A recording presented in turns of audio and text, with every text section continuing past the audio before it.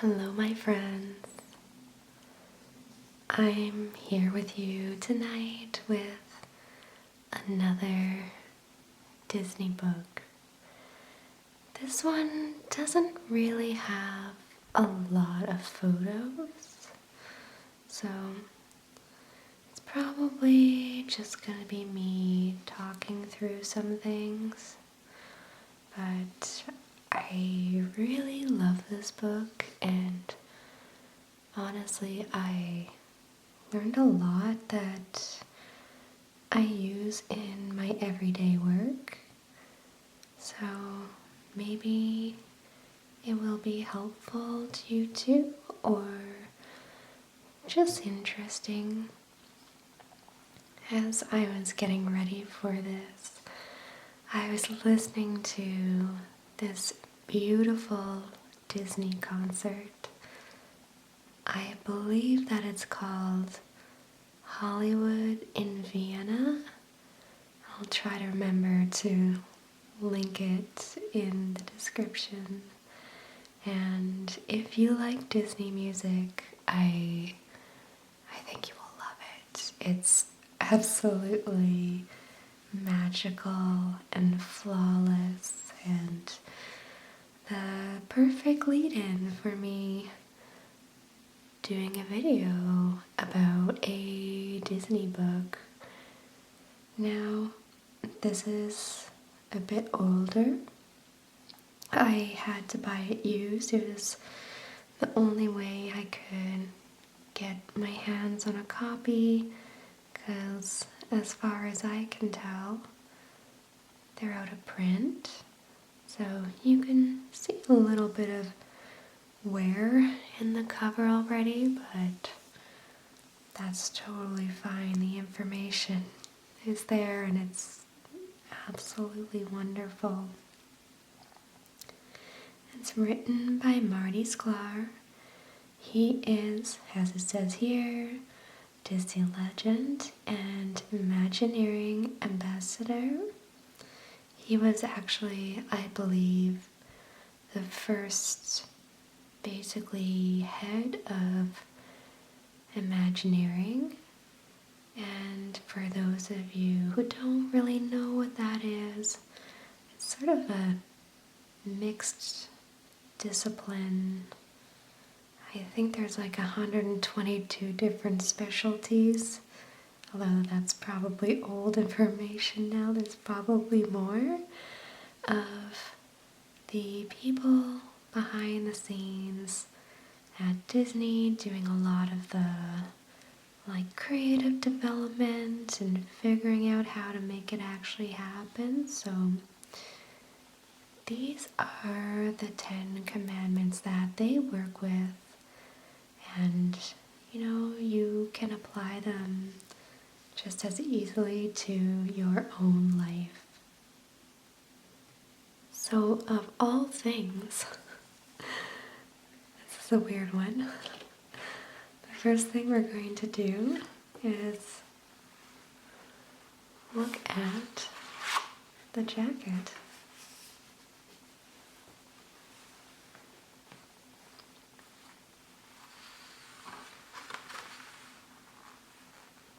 You know what? First, let's look at this part.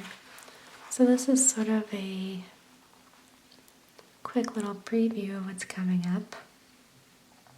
Mickey's 10 Commandments. Number 1, know your audience. Number 2, wear your guests' shoes. Number 3, organize the flow of people and ideas. Number 4, create a weenie. That's a visual magnet. Not what maybe you would think. Number 5, communicate with visual literacy. Number 6, avoid overload and create turn-ons. 7, tell one story at a time.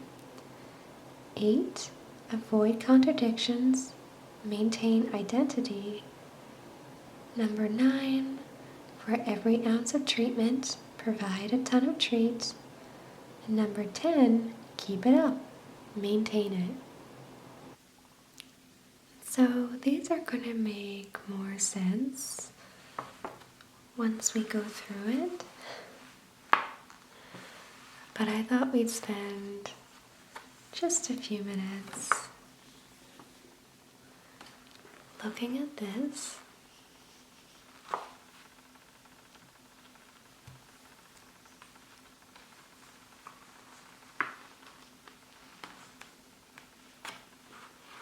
Pull it over a little bit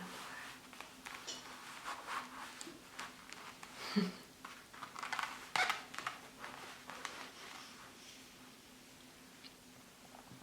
Okay. The road to Imagineering.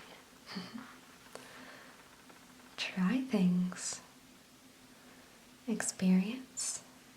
Inspire. Touch things.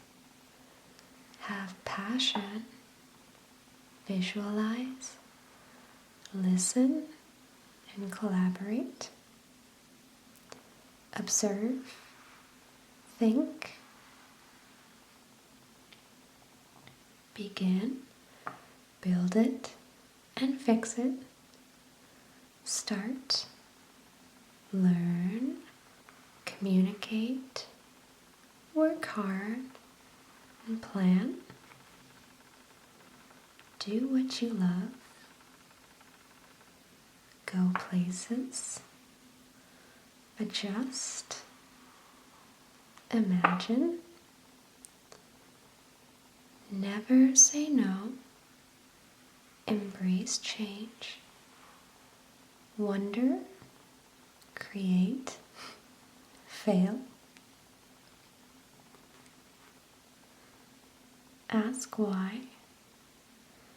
Love what you do. Connect. Improvise. Study. Question. Write. Take a chance. Grow. Explore. Share ideas. Think differently.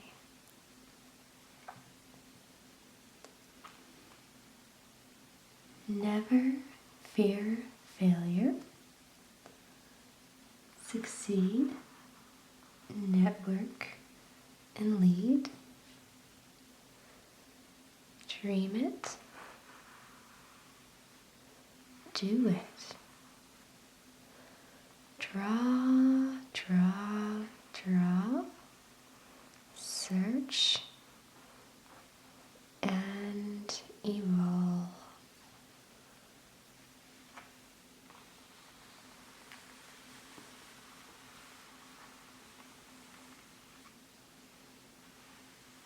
Well, that's a great way to start. Oh, I think there's one. I don't know if I got enjoy. That's a good one. So this is a perfect introduction.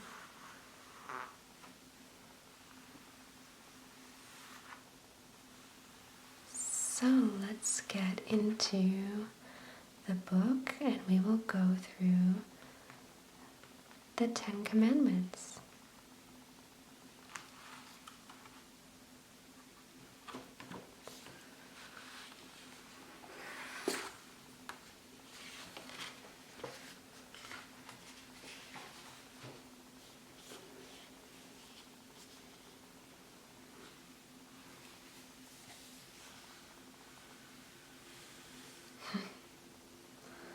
I love these. They look like the name tags of people who work at Disney, and they're the names of some Imagineers. I'm not gonna go through this whole book because, it's pretty big. I just really want to focus on these 10 Commandments.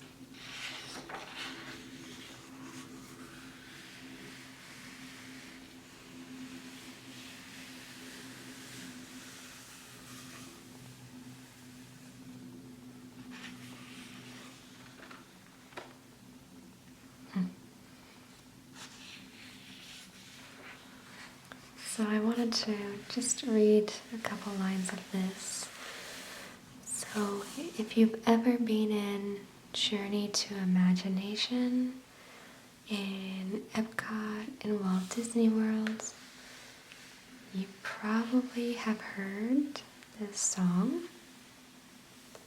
I'm not going to sing it, but I'm just going to read some of the lyrics because Marty, who wrote the book, he said that he thinks that this song is basically like the anthem of Imagineering, and I love the message of it. So,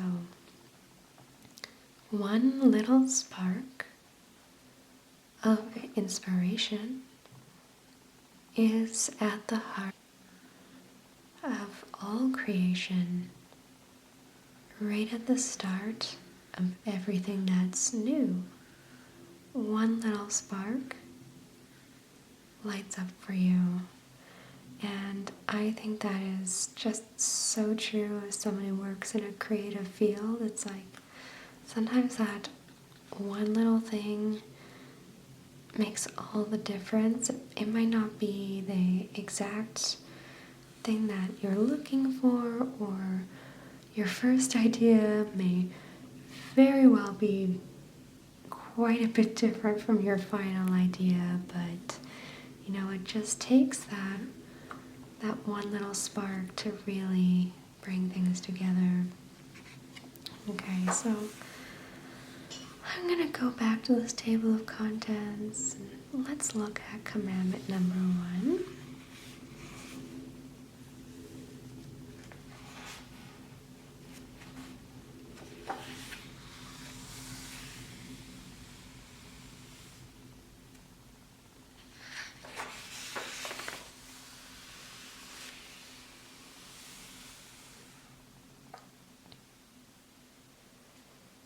Okay, so commandment number 1, that's something I definitely use all the time. Know your audience. So no matter what you are working on, you just want to make sure that you know who's interested in it, so that way you can cater it to them. Because otherwise you might make something that just misses the mark. And it's such a simple thing to sort of assume or forget about, but really like understanding who is going to be, interested in what you are doing, so that way you can really speak to them, make such a difference. So in this example, the good example is Cars Land at Disney California Adventure.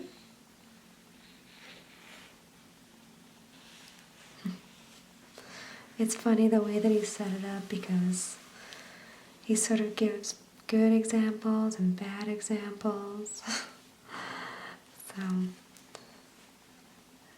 I don't think we're going to talk about them all, but I just really want to talk about all of these commandments, because I do think that they are really, really helpful. So now I would like to look at commandment 2, wear your guests' shoes. So that is on page 21.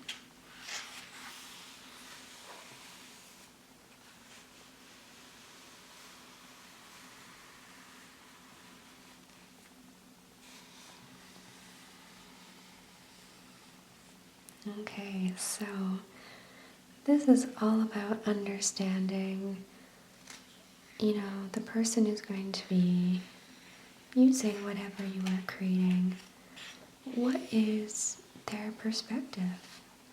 And sometimes it really is about wearing people's shoes, and like sometimes there's a physical aspect to it.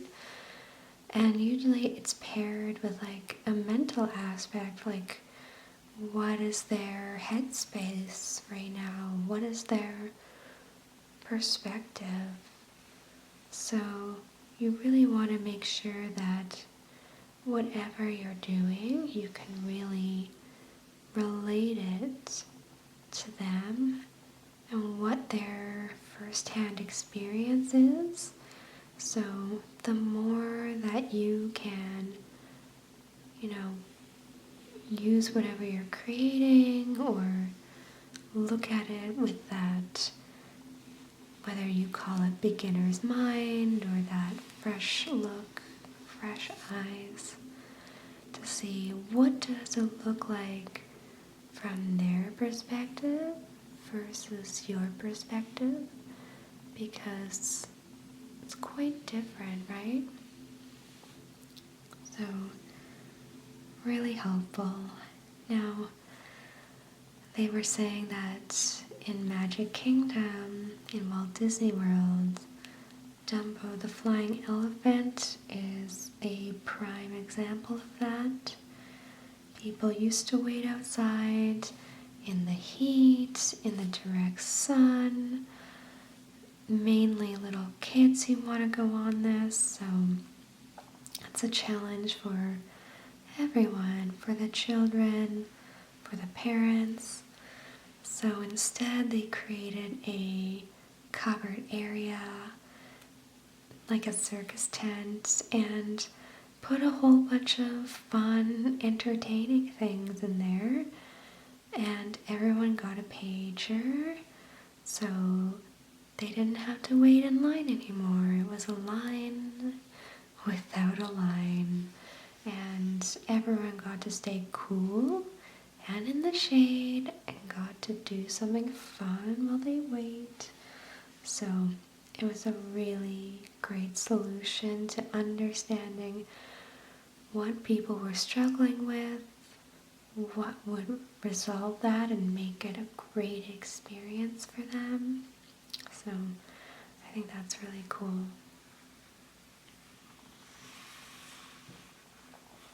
Okay, so 3, organize the flow of people and ideas.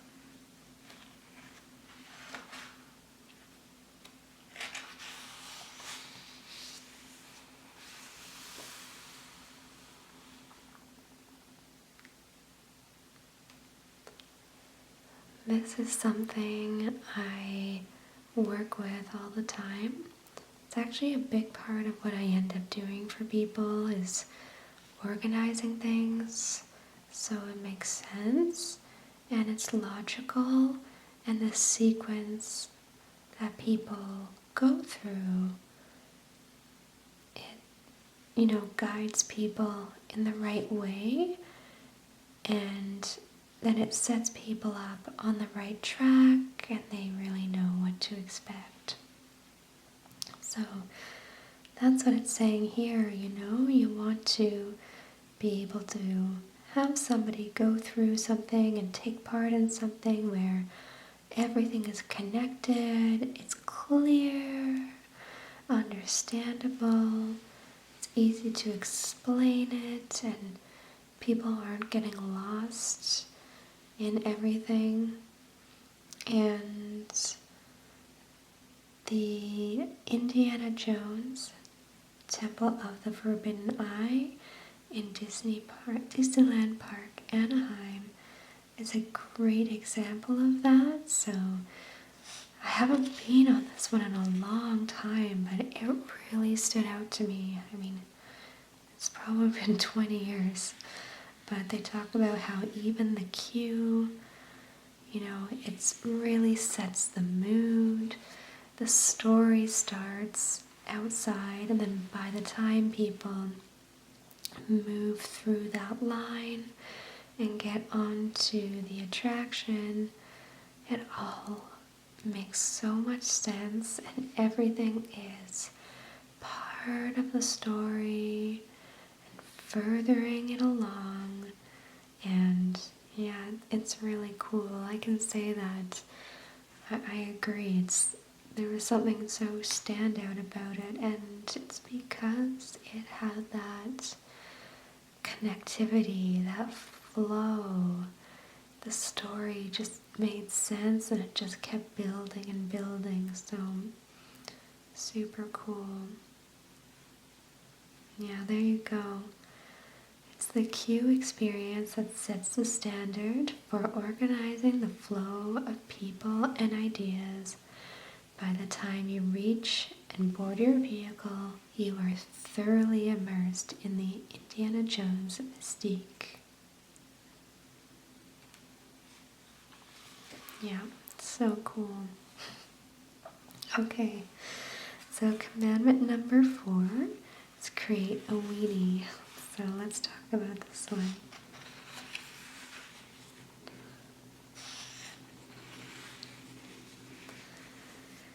So Walt Disney had a dog, and to get his attention, he would wave a hot dog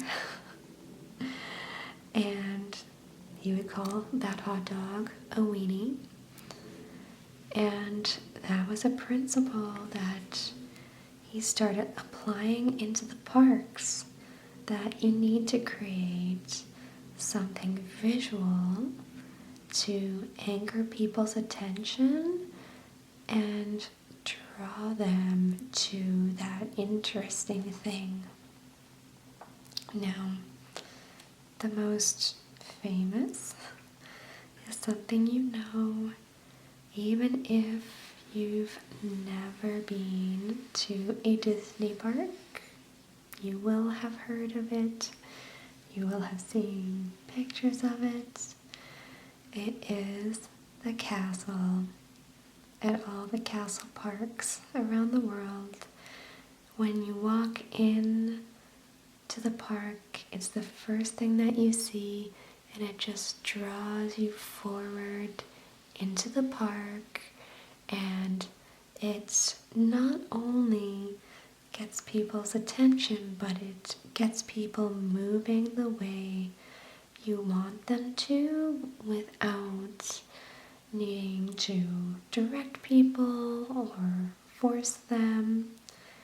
And that same principle can be applied to many different things. Creating something that gets people's attention and, gently guides them to take the action that you want them to. It's such a helpful principle. And actually, the castle is not the only weenie in the park. In fact, every land has its own weenie.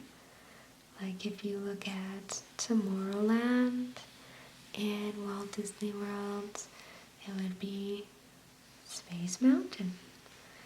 And I think there's even micro versions of it, but that's basically the principle, is create something visual to really get people's attention and get them moving in the desired direction. Okay, so 5, communicate with visual literacy.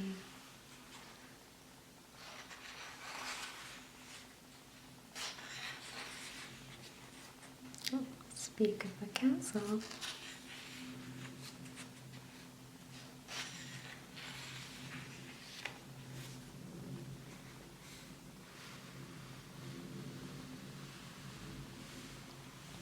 Okay, so this is all about using nonverbal ways to communicate. So, images, video, physical things, color, shape, form, texture. This goes a long way to help people understand what you're trying to do. And I really think that this stuff sets the atmosphere as well. You can have something that says exactly the same words, but the visuals and the design can make it be received in completely different ways.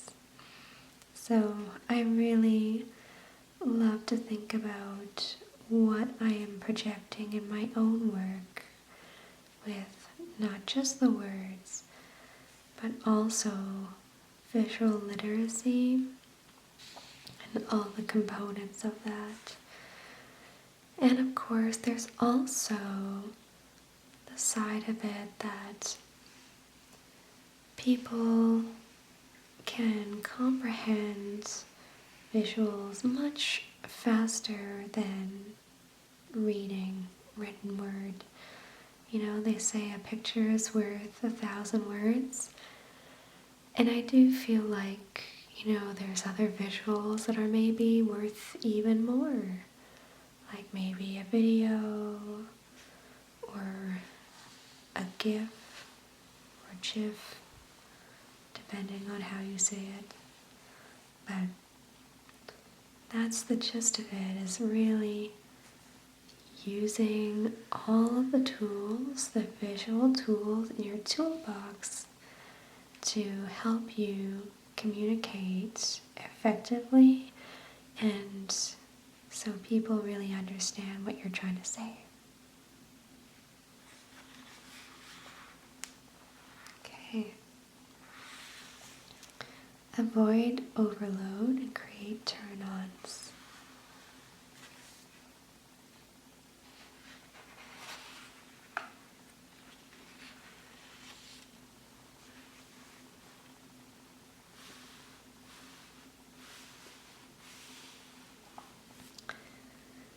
This is actually highly relevant.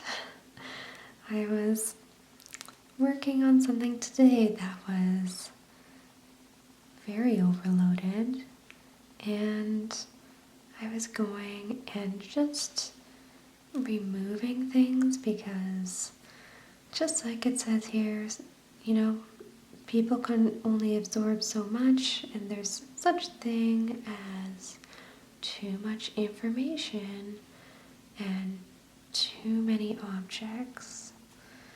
So,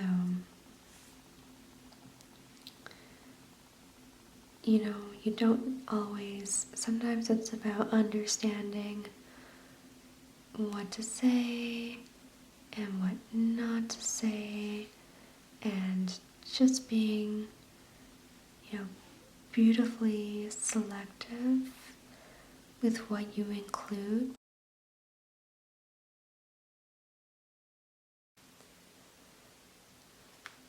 Okay, so Commandment 8. Avoid contradictions and maintain identity. So, if you are on Main Street in one of the castle parks, everything feels harmonious. There's no building or sign or anything that really tries to outperform the other or grapple for attention. Everything feels like it's all part of one thing, right? They all have this one identity, which is a big contrast to any city where you're going to see all different signs and stores, buildings that are trying to just get your attention, and they all say, look at me, come this way, buy my product. So that is very different than the appearance of the town in Disney World. Another way that the different lands maintain identity is that when you are on Main Street, you don't see Tomorrowland, you don't see Fantasyland.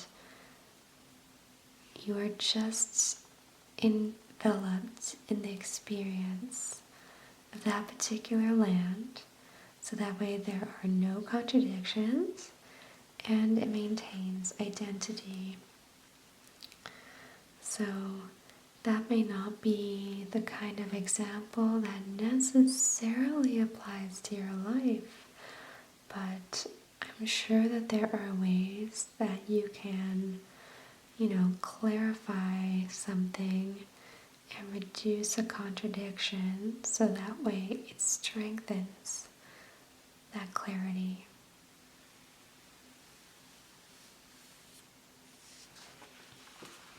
Oh my goodness, we're almost done. Okay, number 9. For every ounce of treatment, provide a ton of treat. That almost really sounds like a song, doesn't it?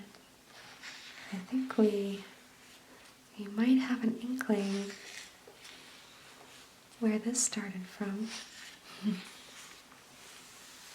Ah, there we go. Remember the song lyrics Julie Andrews sings in Mary Poppins. A spoonful of sugar helps the medicine go down. So the writers, Bob and Dick Sherman, very famous, had it exactly right for anyone in the fun business. As Walt Disney told us, we can educate, but in a Disney park, we don't label it. We let you discover and hopefully learn, surrounded by adventure and music, songs, and visual treats. First and foremost, everything we do, we have to make it fun. This reminds me of training my dog. Well, he's still kind of a puppy, but puppies just want to play. They don't necessarily want to work. They want to have fun. And very often the same thing happens with people too, right? Like, if you're having fun, you're going to stick with it. You're going to do it. And other people will want to do it with you. So, if you can take something, even if it has to be done, even if it has to be learned, but then you wrap it in a layer of fun, it's going to be a lot more successful.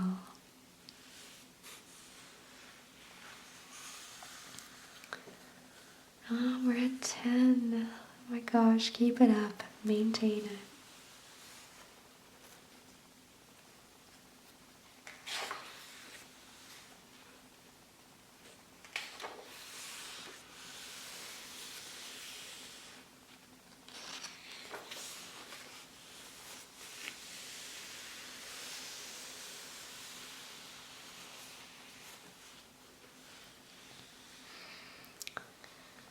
So, this is talking about how, you can have the nicest thing, but if you don't actually keep it up and maintain it, it doesn't really matter, I think of this all the time when I'm working in my garden, because I love the beginning of the season when all of the flowers are coming up and I get to go and buy some new flowers and have fun planting them.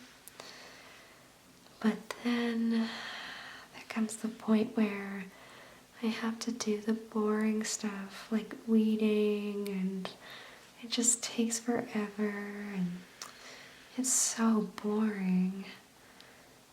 But then I remember this principle and I'm like, right, I did all of that work to make something beautiful and lovely, but it's only going to stay that way if I keep it up and maintain it. And if you go to a Disney park, you're going to see people doing this all the time.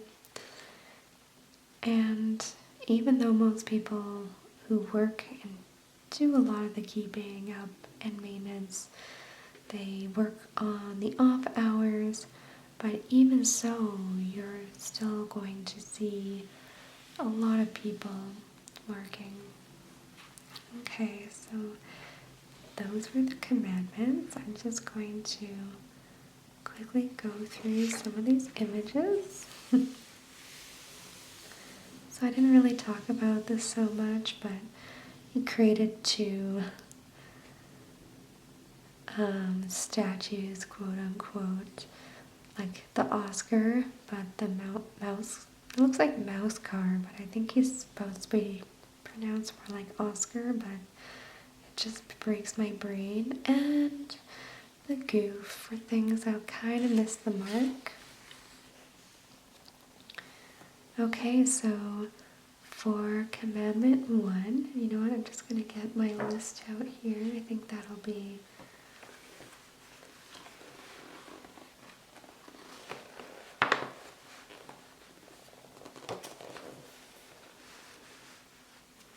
okay. So commandment 1, know your audience. So they created this super cool Cars Land that totally speaks to people and just really puts you into this world of cars. So cool. Commandment 2, wearing your guest shoes. So they have this amazing story, it looks like Storybook Circus, that they created as this cool waiting area for Dumbo so people can stay cool and in the shade and have fun without standing outside in a hot line. 3, organize the flow of people and ideas, like the really cool queue at Indiana Jones in Disneyland. Number 4 is creating that visual magnet with the weenie, like the castles.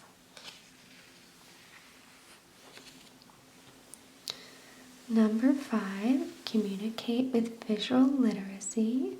So this is Epcot's World Showcase, where they have, I think it's like 10 or 11 different countries represented. So you can see the differences in all the materials that they use, all the colors, like everything is communicated about that country really visually. So even though you are just steps away from each other, it still feels really distinct and on its own. Okay, so 6 is avoid overload. You know, you want to have some sort of constraint. So we're looking at Peter Pan's flight in Disneyland. So we can see Big Ben. That's sort of like the main thing that your eye goes to.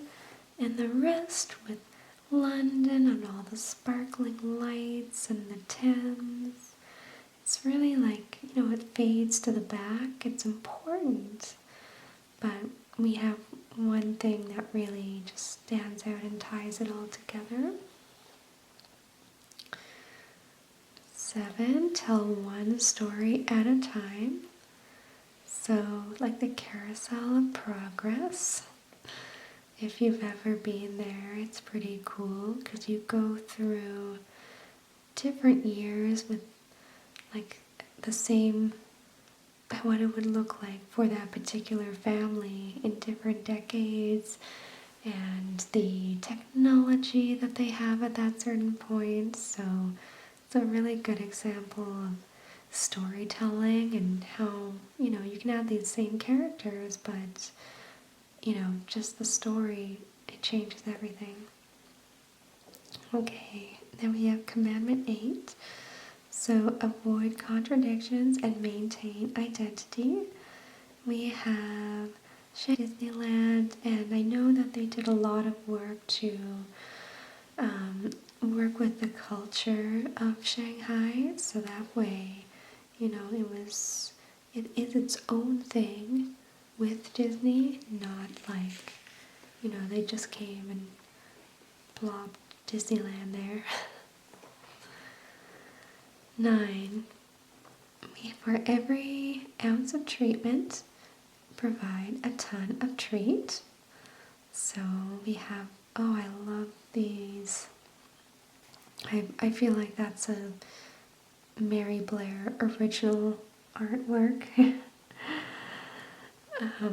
So cool. I just love her art. I actually saw a book with her art and I'm really, really tempted to get it. Okay, and then we have commandment number 10, keep it up, maintain it. This is the American Adventure in Epcot. I know that definitely there was a phase where it wasn't kept up as much. I think they're in a better time now, I understand. So here we have Bob and Dick Sherman. They're the ones who wrote, well, many songs, but the one we saw at the beginning about imagination.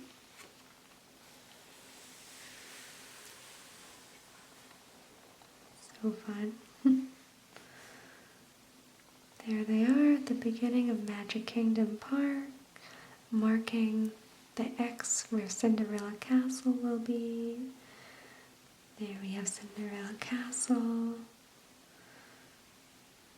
The first illustrations. Love it. Oh, I love this one of Disneyland Paris. I have a book called The Art of Disneyland Paris, and I'm still reading it, but I will share it when I'm done. I'm pretty sure that was in there. And then Imagineers. So, thank you so much for joining me for this little book tour. These are principles that I use now in my work all the time, and I think they were just beautifully articulated. And sometimes it's like you're doing things but you're not necessarily aware, and therefore you're not like completely intentional with it. But when you have that awareness, it just becomes even easier to lean into that. And yeah, I really love this book. If you want a copy, I think I had to get mine from a used bookseller. I was really happy to find it. I was looking for a little while. Maybe in other countries it's still being printed. That's totally possible. But as you can see, we just scratched the surface of it, and there's so much great stuff in here. I'm really happy that I was able to share this with you, and I hope you found something interesting in it and relaxing, and I hope you have an incredible, peaceful, restful sleep.